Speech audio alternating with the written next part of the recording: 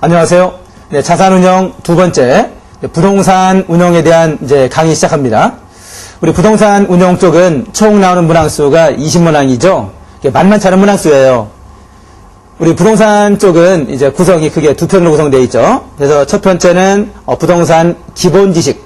여기서 이제 문제가 10문항이 나옵니다. 그 다음에 두 번째가 부동산 취득과 활용. 여기서도 문제가 10문제가 나오죠. 그래서 각 편당 10문제씩 그려가지고 2편이니까 20문항이 나옵니다. 문제 나왔던 이제 기출문제 유형을 보게 되면 우리 이제 강의 시간에 충분히 여러분께서 이제 들어봐 주시면 합격하시는 데면 크게 지장 없을 겁니다. 이제 우리가 공부할 내용을 좀 살펴보시게 되면 1편에 6개 장으로 되어 있고요. 2편이 4개 장으로 되어 있어요.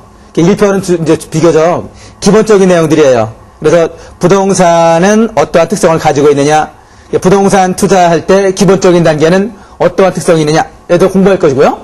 그 다음에 우리 부동산의 경우에는 여러 가지 이제 특산 용어들이 많이 있어요. 그래서 이제 부동산의 어떠한 특산 용어들이라든지 부동산의 특성을 공부하실 겁니다. 그 다음에 우리 부동산 시장에 대해서 공부하실 건데요. 이제 부동산 시장도 일반 시장과 여러 가지 차이점이 납니다. 그래서 부동산 시장은 일반 시장과 어떠한 특성이 있는지에 대해서 공부하실 거고요. 수요와 공급에 대해서 공부하실 거고, 그 다음에 이제 부동산의 여러 가지 법률적인 사항들이 상당히 많이 있습니다. 그래서 이제 민법에 있어서의 부동산 매매 계약이라든지 부동산 임대차라든지, 그 다음에 이제 특히 부동산 중에서도 주택이나 상가 건물의 경우에는 특별법이 제정되어 있어요. 그래서 이제 그러한 이제 주택임대차 보호법이라든지 그런 것들 공부하실 거고요. 그리고 부동산에 대해서 여러 가지 공법 사항들이 있습니다. 특히 이제 용도 지역이라든지 용도 구역과 같은 걸 모르고 부동산 투자한다는 것은 상당히 부담되는 것이죠. 여하튼 1편에 있는 부동산 운영의 기본 지식이 있는 내용들은 주로 이런 사항들로서 총 6개 장으로 되어 있고 문제는 10문항이 나옵니다. 자, 그러면은 맨 처음에 부동산 운영의 기본 지식에서 제 1장 부동산 운용의 기초 부분부터 이제 들어가십니다. 그러면 맨 처음에 부동산의 운용이라는 것은 도대체 뭘 얘기하는 거냐? 지금 부동산 운용이라는 것은 우리가 지금 접근하는 것은 어디까지나 투자 관점이에요. 자, 투자 관점에서 부동산에 대해서 접근해달라. 그러면 자, 우리가 이제 투자론에서는 기본적으로 얘기하는 것들이 있죠. 투자라는 것은 현재의 이익을 희생을 하고, 그래서 현재 소비를 희생을 하고 장래의 이득을 얻기 위해서 이제 하는 것이 이제 부동산의 투자가 되는 것이죠. 자, 그렇다면 이제 이런 부동산의 운용을 한다라면, 즉 투자를 한다라면 투자하는 경우에는 투자의 3단계가 있습니다. 자, 투자의 3단계라는 것은 자, 맨 처음에 부동산을 사는 거죠.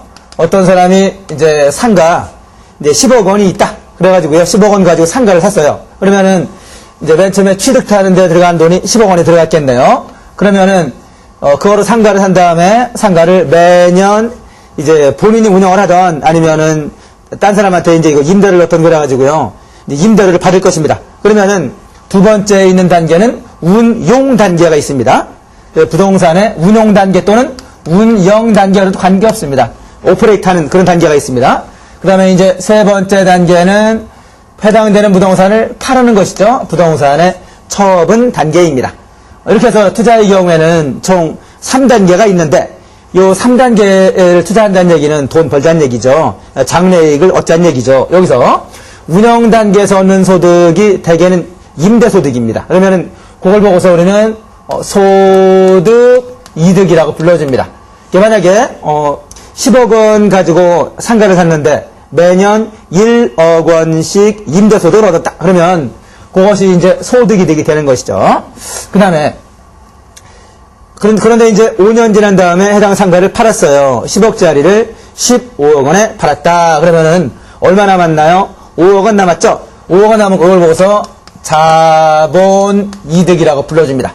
그래서 이제 부동산 투자에서는 이제 얻고자 하는 소득이 임대소득을 얘기하는 소득이득이 있고요. 양도차익 내지는 전매차익을 얘기하는 자본이득. 요 두 가지가 다 함께 있는 것이 투자가 되는 것이죠. 자, 그런데 요 근래에 부동산 투기 그래가지고 온 나라가 지금 투기 열풍에 쌓여 있죠. 그런데 정부에서는 지금 투기에 대해서는 어떻게 하고 있나요? 장려하는 입장은 아니죠. 투기에 대해서는 굉장히 강력하게 억제하고 있다. 그러면 왜 투기를 억제하고 있을까요? 부동산 투기의 경우에는 첫 번째에 있는 취득 단계가 있어요. 그리고 마지막에 있는 처분 단계가 있습니다. 근데 유감스럽게도 부동산 투기의 경우에는 가운데에 있는 운영 단계가 없는 것이죠. 그러니까 부동산을 사가지고요. 그 부동산을 개발한다라면 좋은데 그 국토를 개발하지 아니하고 그냥 방치해버리는 거예요. 잡초만 묵어져 있다가 이제 적당한 원매자가 있으면 그 사람한테 팔아버리고 양도 차익만 싹 먹고 가버린다는 얘기죠. 이것이 부동산 투기란 얘기죠. 따라서 부동산 투기의 경우에는 가운데에 있는 운영 단계 내지는 소득이익에 대한 것이 없기 때문에 정부에서 부동산 투기를 억제하는 것이죠.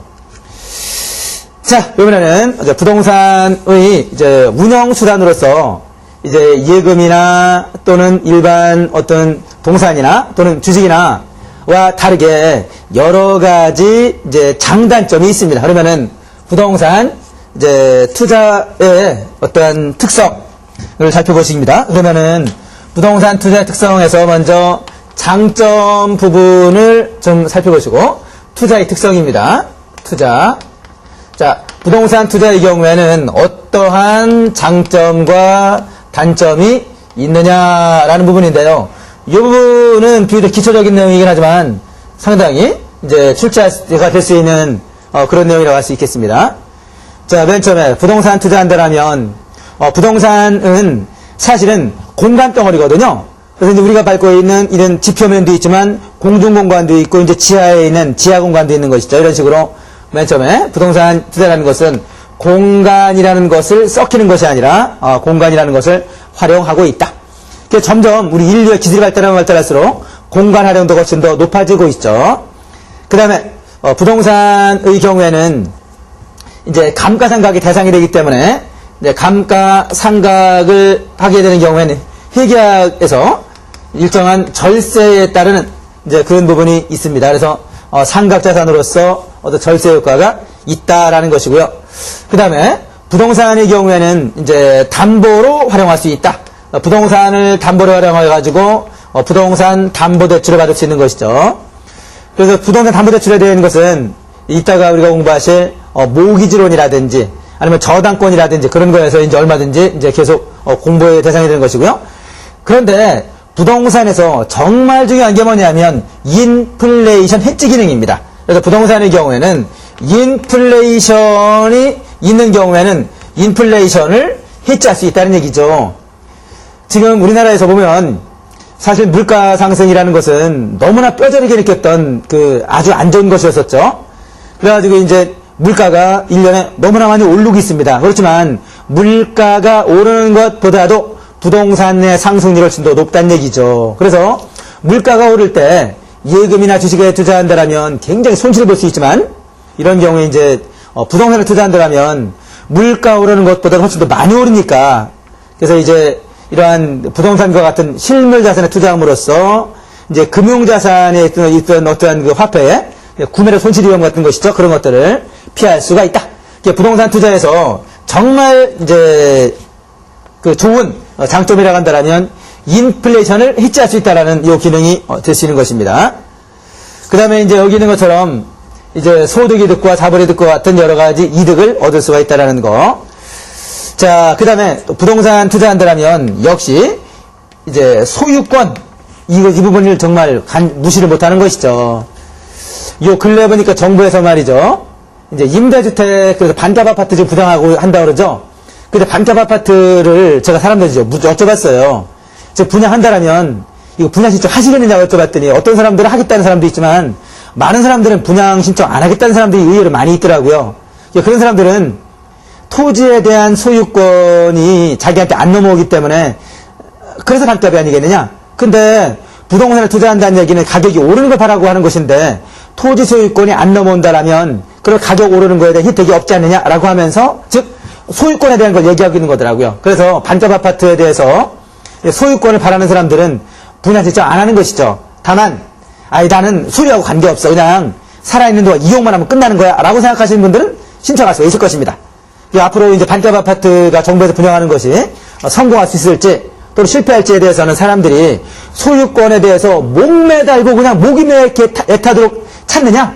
아니면은 사람들이 이제 소유는 아니야. 나는 그냥 이용만 하면 끝나는 거야. 라고 생각하는 사람들이 많으냐에 따라 가지고 이제 성패가 이제 바뀌어지겠죠. 이런 식으로 해서 이제 부동산의 투자의 장점을 먼저 살펴보셨습니다. 자, 그런데 부동산 투자에는 이렇게 장점만 있는 것이 아니라 단점도 있죠. 역시 부동산 투자의 단점이라고 한다면 맨 처음에 투자 기간이 장기라는 점, 그 다음에 유동성이 낮다라는 점, 그 다음에 이제 부동산에는 유지 관리가 필요하다는 점, 그리고 투자를 하는 경우에는 여러 가지 이제 의사 결정 과정이 있는데 의사 결정 과정이 단순하지가 않고 대단히 복잡하다는 점. 그 다음에 이제 장래의 수익 실현. 장래 여기에 나오는 수익이 지금 뭐 소득이득과 자본이득에 대해서 이제 수익성 얘기했습니다만 이러한 장래의 수익 실현이 사실은 굉장히 불투명한 것이죠. 그래서 이것은 불확실하다. 이 불확실성에 따른 즉 uncertainty에 따르는 위험, 리스크에 대한 것도 이제 다음에 공부하실 거예요. 그래서 이런 장래의 수익 실현이 불확실하다라는 점이 되겠는데요. 자, 여기서 이제 몇 가지만 더 뜯어서 보실게요. 자, 부동산 투자는 운영기간 대단히 장기란 얘기죠. 우리가 주식의 경우에는요, 데이 트레이딩도 많이 한다는 얘기죠. 아침에 잤다가 조금 오르면 팔고 빠질 수가 있어요. 그러나 부동산은 그렇게 따라가고는 수수료라든지 양도소득세 같은 거 거래 비용 때문에 감당할 수가 없습니다. 그래서 부동산의 경우에는 근본적으로 투자 기간이 장기입니다. 거기다가 장기라는 것뿐만이 아니라 그 다음에 그 규모도 대규모의 자금이 필요하죠. 그래서 아주 자금도 대규모의 자금이 필요하다. 즉 거액의 자금이 필요하다는 얘기죠. 그래서 부동산의 경우에는 내 돈만 가지고 투자하는 사람도 별로 없습니다. 그래서 거기다 이제 투자하는 경우에는 은행의 부채를 일으켜가지고 하는 경우들이 많이 있죠. 그런데 부동산 투자에서 가장 나쁜 것 중에 하나가 뭐냐면 여기에 나오는 유동성 부분입니다. 유동성은 다른 말로 이제 환금성이라고 그러는데요. 이제 부동산 투자해가지고 가격이 올랐어요. 팔고 빠지려고 그러거든요. 그런데 하필이면 이때가 지금 경기가 하얀 커브를 그릴 때 있어가지고 사람들이 부동산을 사겠다는 사람이 나오지가 않네요. 그것이 뭐냐면 현금화가 안 된다는 얘기죠. 그래서 유동성이라는 얘기는 현금화의 정도입니다. 현금화가 잘 되느냐, 현금화의 빠르기, 현금화가 될 때 빠르게 될 수 있느냐, 또는 현금화가 시켰을 때 손실 없이 즉시 처분이 가능하냐, 여하튼 이런 것들이 유동성 부분인데요. 부동산은 우리가 이제 자산을 운영할 때 투자 배분에 3요소가 있죠. 뭐예요? 안전성, 유동성, 환금성 세 가지가 있죠. 그래서 부동산의 경우에는 가장 뛰어난 것이 인플레이션에 대한 부분이에요. 그래서 안전성이 가장 뛰어납니다. 원금 손실을 볼 수 있는 위험은 거의 없죠. 오히려 인플레이션이 있는 경우에는 오히려 이득을 얻을 수 있는 것이 부동산입니다. 그 다음에 부동산의 경우에는 투자 배분 3요소 중에서 수익성도 좀 괜찮습니다. 그래서 수익성 그러면 아까 얘기했던 소득이득과 자본이득 이런 수익성을 얻을 수가 있어요. 다만 이 수익성을 얘기할 때는 하나 주의하실 것이 수익성은 좋긴 좋지만 수익의 실현은 불확실하다.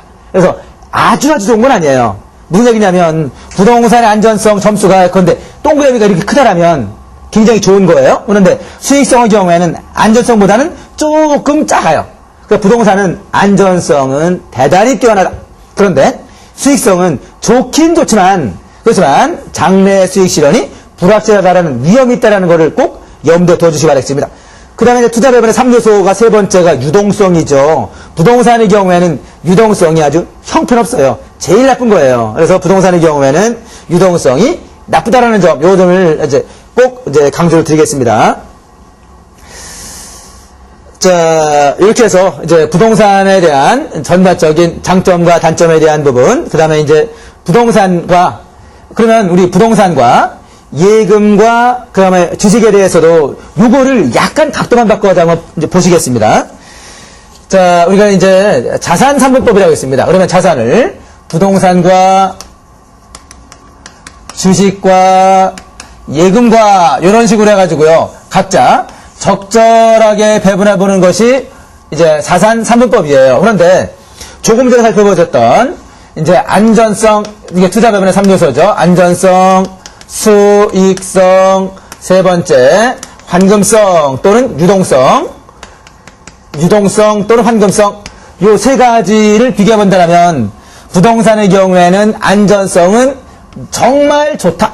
수익성은 대체로 좋다. 유동성은 아주 나쁘다. 낮다는 얘기죠. 그런데 주식의 경우에는 요새 보니까 뭐 종합주가 지수가 어제 드디어 1900을 넘었더라고요. 정말 기가 막힌 일이죠. 엄청나게 올라갔다는 얘기죠. 그러면 부동산 투자한 사람들 요새 너무너무 기분 좋아요. 뭐예요? 주식의 경우에, 주식 투자한 사람들 기분 좋다는 얘기죠. 주식의 경우에는 수익성이 엄청나게 좋다. 그런데 몇 년 전에 주식시장이 좀 안 좋을 때 있잖아요. 그때 많은 사람들이 망했어요. 주식의 경우에는 안전성이 너무나 나쁘죠. 유동성은 대체로 좋습니다. 예금의 경우에는 가장 뛰어난 것은 환금성, 유동성 쪽이죠. 그래서 아무데나 가다가 이제 그 CD 기어가지고 내 돈 찾기 때문에 언제든지 살 수가 있으니까. 그런데 예금에서 요새 보니까 지금 예금에 있는 자금들이 말이죠. 주식에 있는 펀드로 대이동을 하고 있다는 얘기예요. 왜냐하면 예금의 경우에는 예금 이자가 너무 낮기 때문에, 즉 저금리 현상 때문에 사람들이 예금을 안 한다는 얘기예요. 그래서 예금의 경우에는 수익성이 아주 안 좋습니다. 그렇지만 예금은 안전성 어느 정도 좋은. 자, 여기서 이제 일단 부동산만 다시 말씀드리면, 부동산의 경우에는 안전성은 대단히 탁월하다. 그래서 원금을 회수 못하는 경우들은 거의 없고, 특히 인플레이션의 경우에도 회수할 수 있는 인플레이션 해지 기능이 대단히 탁월하다. 수익성의 경우에는 소득이득과 자본이득 양쪽을 얻을 수 있어가지고 좋긴 좋지만 수익의 실현이 확실하지 않고 불확실하기 때문에 좋긴 좋지만 대체로 좋다. 아주 좋지는 않습니다. 그 다음에 유동성의 경우에는 대단히 나쁘다. 현금화가 되는 것이 좀 어렵다라는 점이 이제 부동산에서 좀 힘든 사항이 되겠습니다. 자, 이렇게 해서 이제 부동산이 이제 다른 자산과 비교했을 때 어떠한 특성이 있는지에 대해서 살펴보셨어요. 그러면 우리가 부동산 투자할 때는 어떠한 방법으로 접근할 것이냐 해서 이제 부동산 투자 운영의 접근 방법에 대해서 살펴보시겠습니다. 자, 이거는 그냥 여러분께서 쉽게 들어주세요.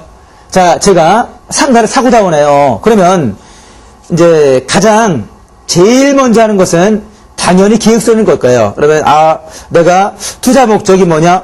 상가를 사가지고 내가 중심상 명동에 상가를 사가지고 거기서 돈을 이러이러한 영업을 해서 이렇게 돈을 벌어야지 이렇게 하면서 이제 투자 목적을 명확히 한다라는 것이 첫 번째 계획을 세우는 단계이죠.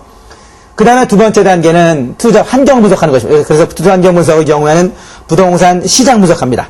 그 다음에 이제 시장을 분석하게 되면 그 다음에 이제 거시적으로 시장을 분석했으니까 해당되는 지역을 분석하고 마지막으로 대상 부동산을 분석을 합니다. 무슨 얘기예요? 넓게 환경 분석, 시장 분석하고 지역 분석하고 대상 부동산 분석하고 제가 그럼 어떻게 그렸어요? 넓은 데서부터 좁은 데로 그림을 제가 그렸어요. 이게 부동산 분석하는 순서입니다. 그 다음에 그래가지고 제가 부동산을 선정했어요. 명동에 있는 제가 상가 하나 사기로 했어요. 자, 그렇다면 그 다음에는 해당 그 부동산을 사기 위해서 이제 돈을 제가 조달해야 되겠죠. 그러면은 자금 규모가 10억이냐, 뭐 20억이냐, 돈이 부족하면 어떻게 차입금을 조달할 거냐, 그래서 자금 조달에 대한 분석을 한다. 자, 그 다음에 여러 가지 투자의 타당성을 조사합니다. 그래서 이제 뭐 법률적이든 물리적이든 역시 가장 중요한 것은 경제적인 타당성이죠. 그래서 제가 10억 원을 들여가지고 어떠한 식으로 해서 수익을 얻는다라는 부동산 투자의 타당성을 분석을 하는 것이죠. 타당성 분석을 해보니까 돈이 많이 남아요. 수익성이 아주 탁월해요. 그러면 제가 이제 이거 부동산 투자해야지 이러면서 투자의 의사결정을 한다는 얘기죠. 결정했으면 그다음 어떻게 하는 거예요? 이제 그러면서 이제 한다는 얘기죠. 투자를 실행을 한다. 자, 그러면 우리 부동산 투자 운영의 경우에 다시 한번 순서를 보시게 되면 맨 처음에 부동산 투자 목적을 명확히 하면서 계획을 세운다. 그 다음에 부동산 투자 환경을 조사하고요. 시장을 조사합니다. 그다음에 해당되는 지역을 조사합니다. 해당되는 부동산을 조사합니다. 넓은 데서부터 좁은 데로 이런 식으로 조사를 하면서 그렇게 한 다음에 이제 해당 부동산을 결정을 했다. 그런 경우에는 자금 조달에 대한 분석을 한다. 그 다음에 이제 투자의 타당성을 분석을 한 다음에 타당성이 있다. 그러면은 투자 오케이 그러면서 투자의 의사결정하는 것이죠. 의사결정 끝났다 그러면은 해당을 이제 투자를 실행하는 이런 식으로 하는 것이 부동산 투자 운영의 접근 방법인데, 그래서 여러분께서 이제 상식적으로 알고 있는 것들을 다만 한번 도식적으로 한번 나눠봤을 따름이에요. 자, 이번에는 이제 두 번째로 가셔가지고 이제 부동산 투자 운영에서 FP는 그러면은 어떠한 역할을 하는 것이냐에 대해 살펴보시겠습니다. 자, 우리 부동산 투자 운영의 경우에 일반 투자자가 자기 혼자 모든 것을 다 결정할 수 있다라면 굳이 우리 파이낸스 플래너한테, FP한테 부탁할 이유가 아무것도 없는 겁니다. 그렇지만 부동산의 경우에는 여러 가지 안전점이 너무나 많아요. 정보도 잘 모르죠. 일반 투자자가. 그러다 정보를 알려고 조사해보려고 했더니 너무 정보 습득도 좀 힘들죠. 그 다음에 아까 요거 저번 보신 것처럼 유동성도 굉장히 안 좋죠.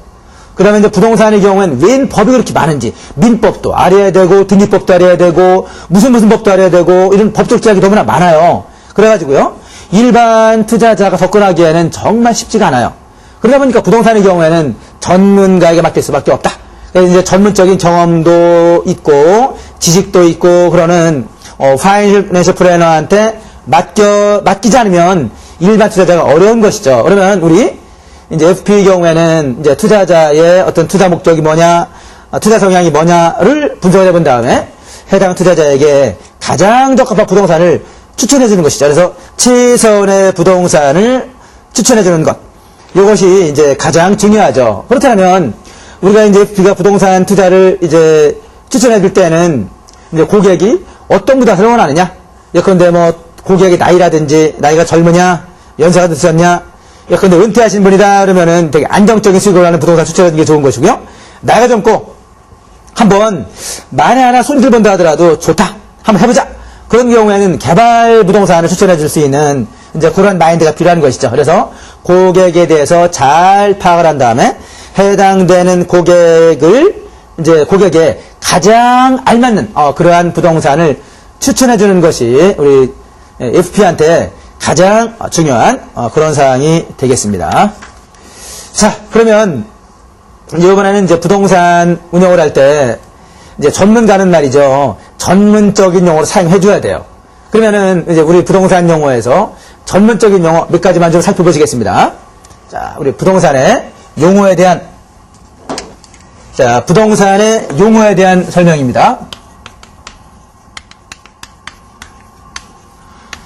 자, 여기서 지금 얘기하는 부동산의 용어는 이제 법률적인 명칭은 아니에요. 법률적인 명칭은 아니고요. 우리 부동산학이라든지 또는 경제적인 그런 term을 사용하는 것들인데, 자, 맨 처음에 필지하고 그 다음에 획지하고 구분해 보겠습니다. 먼저 지금 얘기한 제가 법률적인 명칭이 아니고 부동산학에서 얘기하는 것이다 또는 경제적인 개념에서 얘기하는 것이다 하는 것이 바로 획지 개념입니다.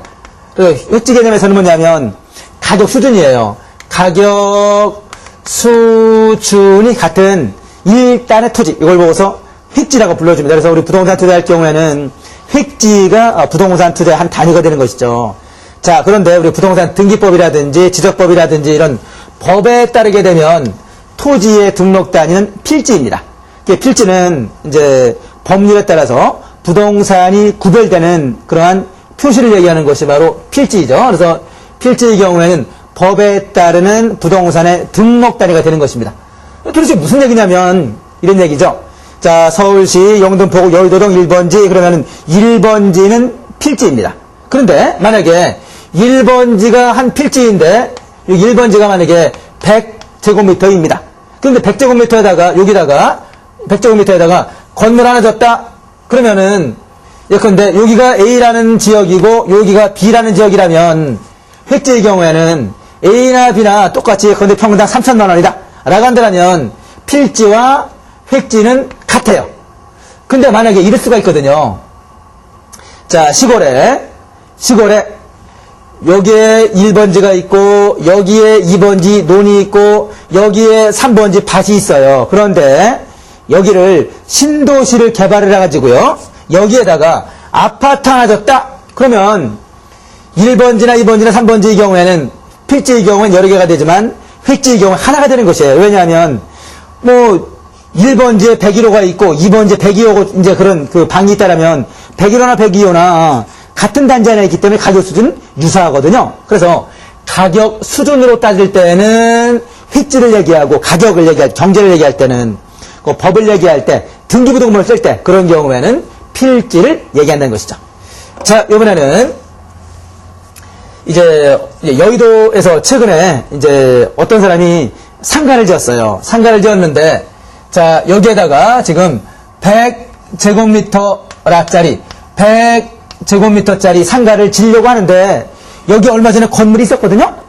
근데 건물이 낡은 건물이었어요. 그래서 낡은 건물을 철거해버렸어요. 그러면은 낡은 건물을 철거해서 아무것도 없다. 이런 땅을 보고서 나지라고 불러줘요. 나지란 건축물이 없는 토지예요. 근데 나지의 경우에는 갱지와 저지로 구분하는데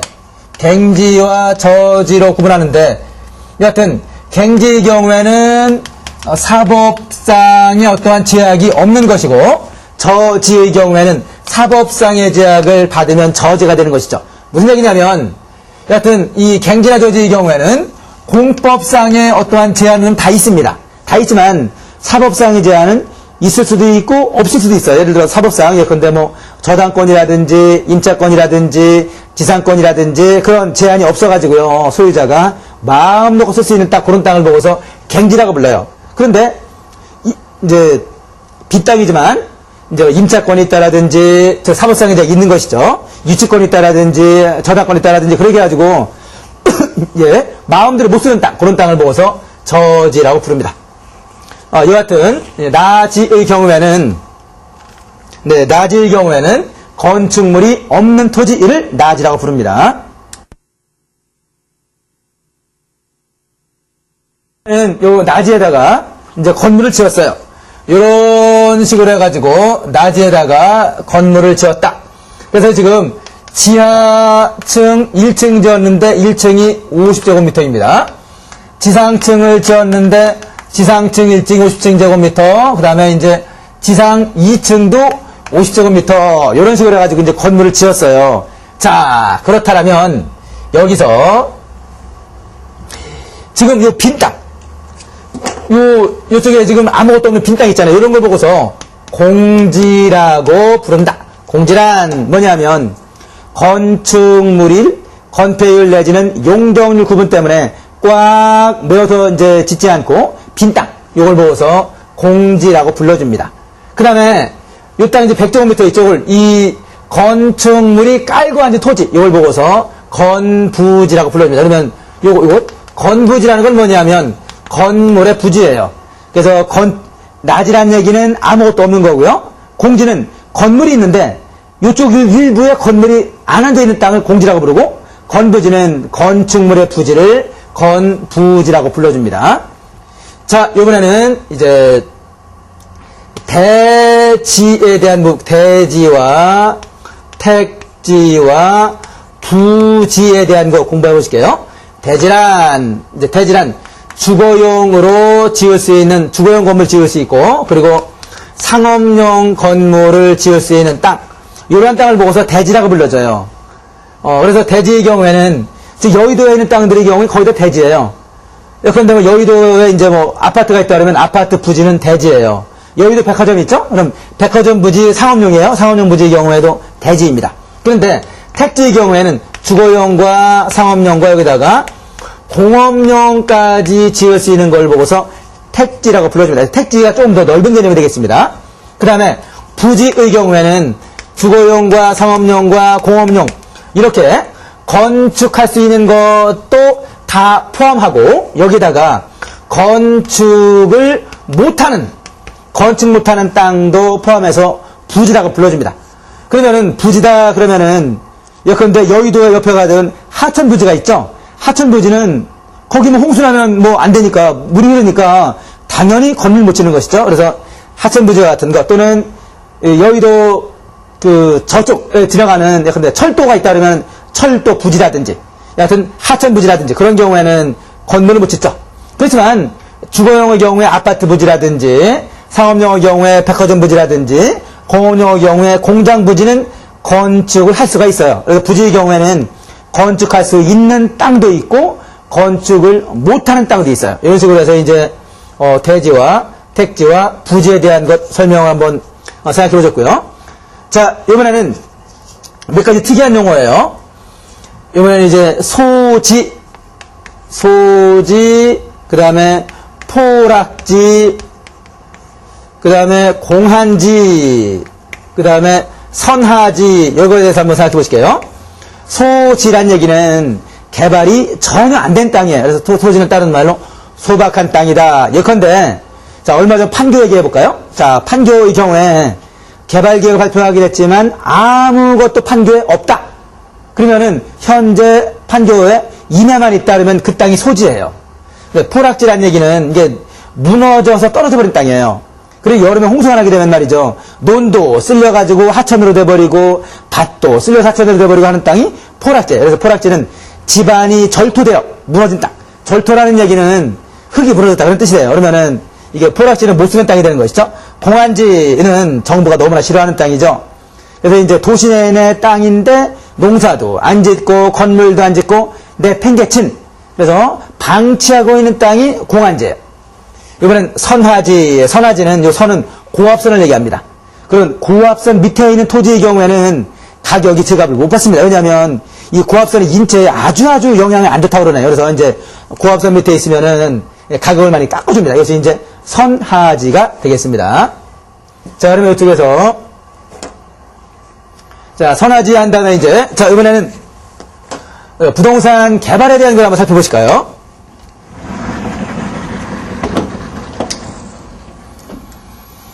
자, 부동산을 개발하는 경우에는 이제 여러 가지 이제 용어들을 사용할 수 있는데 후보지라는 개념과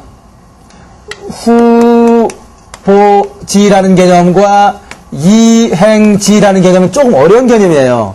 자, 어떻게 하냐면 우리 토지를 분류해 볼 때 토지를 넓은 의미에서 분류해 볼 수도 있고 좁은 의미에서 분류해 볼 수도 있어요. 자, 넓은 의미에서 분류해 본다면 맨 처음에 토지는 대개는 임지, 이제 나무, 임야 쪽이에요. 근데 임야를 개간해서 이제 농지로 만들죠.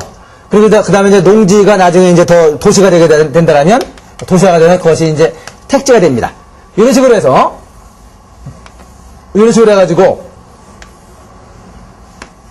자, 지금 제가 이제 그 분류를 해봤을 때 임지가 농지로 되든지, 그러니까 임야가 택지로 되든지, 또는 농지가 택지로 되든지, 또는 임야가 택지로 되든지, 이런 식으로 해가지고 얼마 전에 정부에서 발표를 했다. 뭐 신도시를 만들겠다라고 하는 경우에는 비록 지금 현재는 임지이지만 조만간 택지로 되겠죠. 이런 걸 보고서 택지 지역의 후보지라고 불러줘요. 만약에 자, 지금 현재 강원도 산골에 있는 임야인데 거기 불을 질러가지고 화전민들이 그래서 화전을 일궈가지고 물론 지금 법에 따라 안 됩니다만 만에 된다면 화전을 일궈가지고 그거를 임지를 농지로 만들었어요. 자, 그렇다면 이 경우에는 농지로 만드는 과정 중에 있다 그러면은 농지 지역의 후보지예요. 그래서 후보지의 경우에는 이렇게 커다란 칸이 바뀔 때는 후보지라고 불러줍니다. 자, 그런데 이번에는 택지 지역 봐보실게요. 택지 지역의 경우에는 주택지역이 있고, 상업지역이 있고, 공업지역이 있어요. 만약에 지금 구로공단에 있는, 이제 요새 구로공단이라고 한 거라죠? 디지털 단지라고 이름이 바뀌었죠? 여하튼, 구로공단이었다는 옛날의 공장지대가 지금은 이제 없어지면서 공장지대에 백화점에 들어오기도 하고, 그러면은, 이 조그만 칸소가 생기는 거예요. 칸소가. 그러니까 공업지역이 지금은 이제, 상업지역으로 바뀌는 도중에 있다. 그런 경우에는 상업지역의 이행지가 되는 거예요. 만약에 공업지역에 이제 물레동 같은 경우요. 그러면 물레동 같은 경우에 공업지역이 있었는데 물레공단이 공업지역이 지금 아파트 단지로 변하는 과정에 있다. 그런 경우에는 주택지역의 이행지예요. 자, 그러면 농지를 한번 따져볼까요? 농지의 경우에는 전지, 그 다음에 답지, 그 다음에 과수원 이렇게 나누거든요. 만약에 이제 여기서 답은 논이거든요. 논을 밭으로 만든다 그런 경우에는 전지 지역의 이행지예요. 이런 식으로 해서 조그만 칸수가 움직일 때는 이행지고 칸 자체가 아니라 예컨대 논을 아파트로 주택으로 만들었다 그런 경우에는 농지가 택지로 되는 것이죠. 이때는 칸 자체가 바뀌는 경우에 이때는 택지 지역의 후보지라고 불러준다. 한마디로 얘기해서 후보지는 대분류에서 왔다 갔다 하는 것이 후보지. 이행지의 경우에는 소분류 속에서 그냥 왔다 갔다 하는 거. 여기 보고서 왔다 갔다 하는 전환되는 것. 이걸 보고서 이제 이행지라고 불러줍니다. 전환이 대폭 전환된다. 그런 경우에는 후보지라고 불러주고, 전환이 해당되는 그룹 속에서만 전환된다. 그런 경우에는 이행지라고 불러준다라는 그런 개념이 되겠습니다. 자, 이번에는 이제 길에 대해서 한번 따져볼게요. 길. 자, 이렇게 커다란 길이 있습니다. 이걸 길은 공도. 자, 길입니다. 자, 길인데, 여기에 땅이 있고, 땅이 있는데, 요런 식으로, 요게 A라는 땅이, 요게 갑이라는 땅이에요. 자, 이러한 경우에, 요 A 토지의 소유자는 깝깝하죠? 큰 길로 나가야 되는데 말이죠. 나가야 되는데, 요 갑이라는 사람 토지를 통하지 않으면 나갈 수 있는 길이 없는 거예요. 이런 거 보고서 눈먼 땅이다. A는 눈먼 땅이야. 이런 거 보고서 맹지. 그래서 건축법에 따르게 되면 맹지의 경우엔 건축 허가가 안 납니다. 왜냐하면 도로가 없으니까. 그래서 이제 이건 다음에 우리가 이제 지역구 설명할 때 다시 말씀드리겠습니다만, 여하튼 이 맹지 소유자는 굉장히 힘들어요. 토지 운영하기가. 자, 이번에는 여기에 이렇게 을이라는 토지가 있는데 이런 식으로 B라는 사람이 토지를 가지고 있다라고 했을 때 이 B 토지를 대지라고 불러줍니다. 이때의 대지는 이런 대자예요. 뭐 한문까지는 좀 그렇습니다만, 이것은 주둥이 모양으로, 좁은 그 자루형 모양으로, 포대자루 모양으로. 그래서 대지는 다른 말로 자루형 토지다. 무슨 얘기냐면, 길이 B 토지 같은 경우에는 이제 길이 넓진 않지만 여하튼 큰 길로 나갈 수 있는 조그만 길이 있어요. 근데 A의 맹지의 경우에는 길이 전혀 없는 것이죠. 그래서 도로와 접속면이 전혀 없다. 길이 전혀 없다. 그런 경우에는 맹지라고 불러주고요. 그리고 이제 길이 있긴 있는데 이 통로가 굉장히 좁다. 자루처럼. 자루형이라는 얘기. 그런 경우에는 대지라고 불러줍니다. 여하튼 맹지나 대지의 경우에는 이제 우리가 토지 매매할 때 제값을 받기는 좀 힘들죠. 가격이 굉장히 쌉니다. 자, 이번에는 토지의 면적에 대한 거 공부하실게요. 자, 토지 면적의 이제 등록 단위는 이제 제곱미터예요. 뭐, 그전에 평이란 단어 많이 썼습니다만 요새는 이제 도로형이 통일을 해가지고, 제곱미터를 많이 쓰고 있죠. 자, 이번에는 우리가 건축을 하는 경우에 이제 건축에 대한 거를 잠깐 살펴보실게요.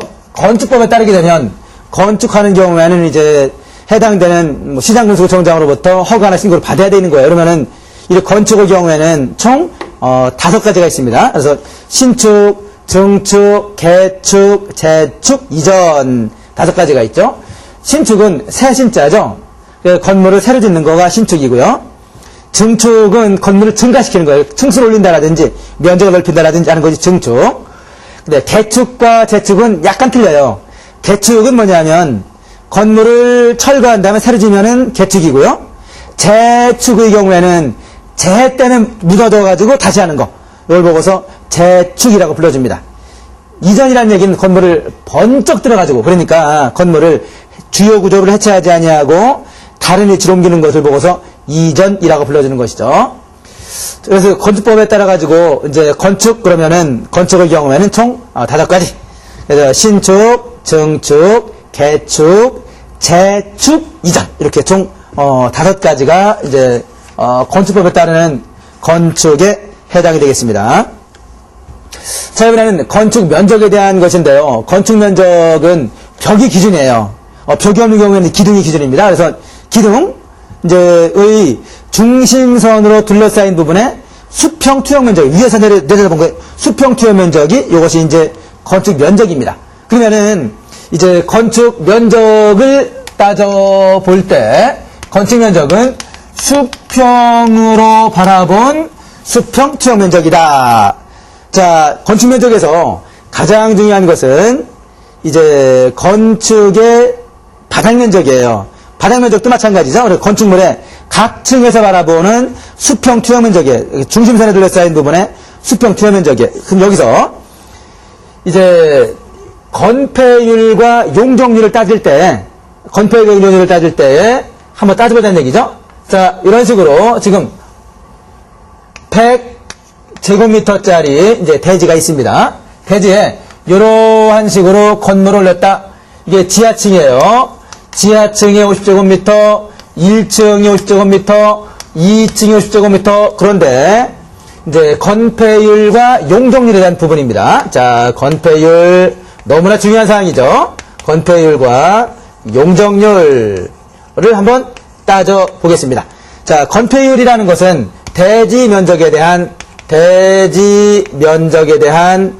건축 면적을 얘기합니다. 대지 면적에 대한 건축 면적, 이것이 건폐율이고, 용적률은 대지 면적에 대한 건축물의 연면적이에요. 건축물의 연면적이다. 그러면 여기서 이제 건폐율을 먼저 한번 따져보시면, 대지 면적이 지금 100제곱미터라고 그랬죠. 그러면 대지 면적이 100제곱미터이고요. 건축 면적은 이제 중심에 쌓여 있는 수평 토양 면적 따져보니까 50제곱미터가 되겠네요. 그러면은 건폐율은 50%가 됩니다. 문제는 용적률이에요. 자, 용적률이란 대지 면적에 대한, 대지 면적이 얼마예요? 대지 면적 100이네요. 근데 이 건축물의 연면적을 따져보니까 연면적은 입체적인 걸 따져보는 거거든요.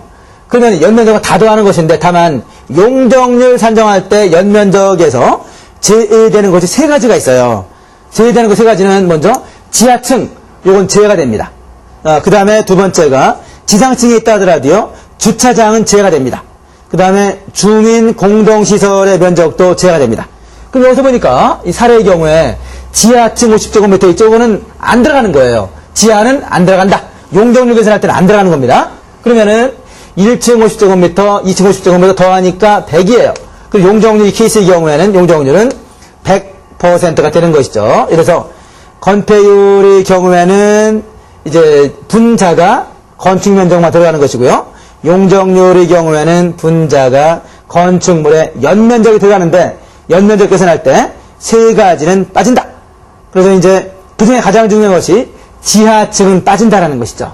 요거를 꼭 여러분께서 이제 염두에 두시기 바라겠습니다.